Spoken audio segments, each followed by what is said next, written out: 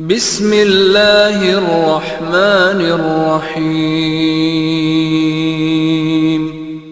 بد اخلاق عورت کو طلاق دے دی جائے اس لیے کہ اس کی وجہ سے زندگی اجیرن ہو جاتی ہے۔ حضرت ابو موسیٰ اشعری سے مروی ہے، رسول اللہ نے فرمایا 3 قسم کے آدمی دعا تو کرتے ہیں لیکن ان کی دعا قبول نہیں ہوتی۔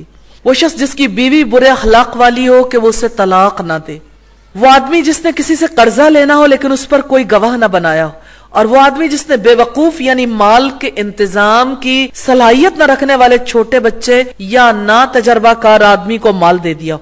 حالانکہ اللہ تعالیٰ نے فرمایا اپنے اموال بے وقوفوں کے حوالے نہ کرو۔ یہاں خاص بات ہے، اگرچہ باقی باتیں بھی اہمیت کی حامل ہے، کہ ایک بد اخلاق عورت کو طلاق دے دی جائے اس لیے کہ اس کی وجہ سے زندگی اجیرن ہو جاتی ہے۔ اور سیدنا لقیط بن صبرہ نے رسول اللہ سے عرض کیا بلا شبہ میری بیوی کی زبان میں کچھ ہے، یعنی وہ بڑی بد زبان ہے۔ آپ نے فرمایا تم اسے طلاق دے دو۔ یہ ابو داؤد کی روایت ہے 129 نمبر پر۔ تو اگرچہ رسول اللہ صلی اللہ علیہ وسلم نے عورت کے حقوق کا تحفظ کیا، لیکن بد کلامی اور بد زبانی ایسی چیز ہے جو گھروں کو اور نسلوں کو آگ لگا دیتی۔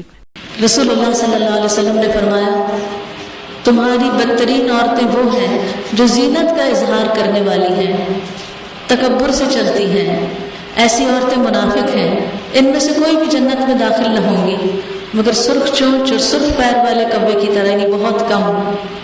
اور پھر خاص طور پر وہ عورتیں جو مردوں کو مائل کریں، یعنی اپنی طرف رجھائیں اور اپنے لباس سے اور اپنے کپڑوں سے اور اپنی چال سے ان کو اپنی طرف اٹریکٹ کریں۔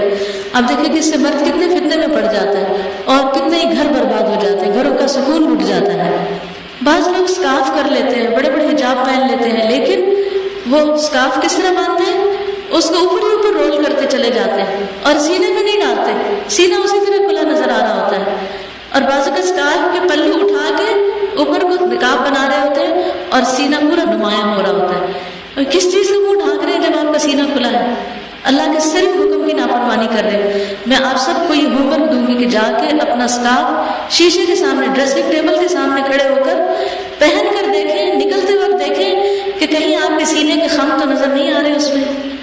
اور بعض لوگ ایک طرف پلہ چھوڑ دیتے ہیں اور ایک کا اٹھا دیتے ہیں، آدھا سینہ ڈھکا ہوتا ہے اور آدھا سینہ کھلا ہوا ہوتا ہے، تو پورا ڈھانکنا ضروری ہے، یعنی آدھا کھولنے کی بھی اجازت نہیں ہے۔ یعنی چال میں وقار ہو، ایسی 5 انچ کی ہیل نہ پہنے کہ جس سے خامخواہ دوسروں کی نظروں میں آ جائے، اور ٹک ٹک جو ہے وہ بازار میں سنائی نہیں دی جانی چاہیے، جوتا خاموش ہونا چاہیے۔ اس کا یہ مطلب نہیں کہ اگر ہیل نہیں پہنی ہوئی تو دوسری طرح آپ بے شک پاؤں کھسکار کے چلے، نہیں، پاؤں کو اٹھا کر چلے، یعنی پاؤں کی چال سے بھی دوسروں کو متوجہ نہ کریں۔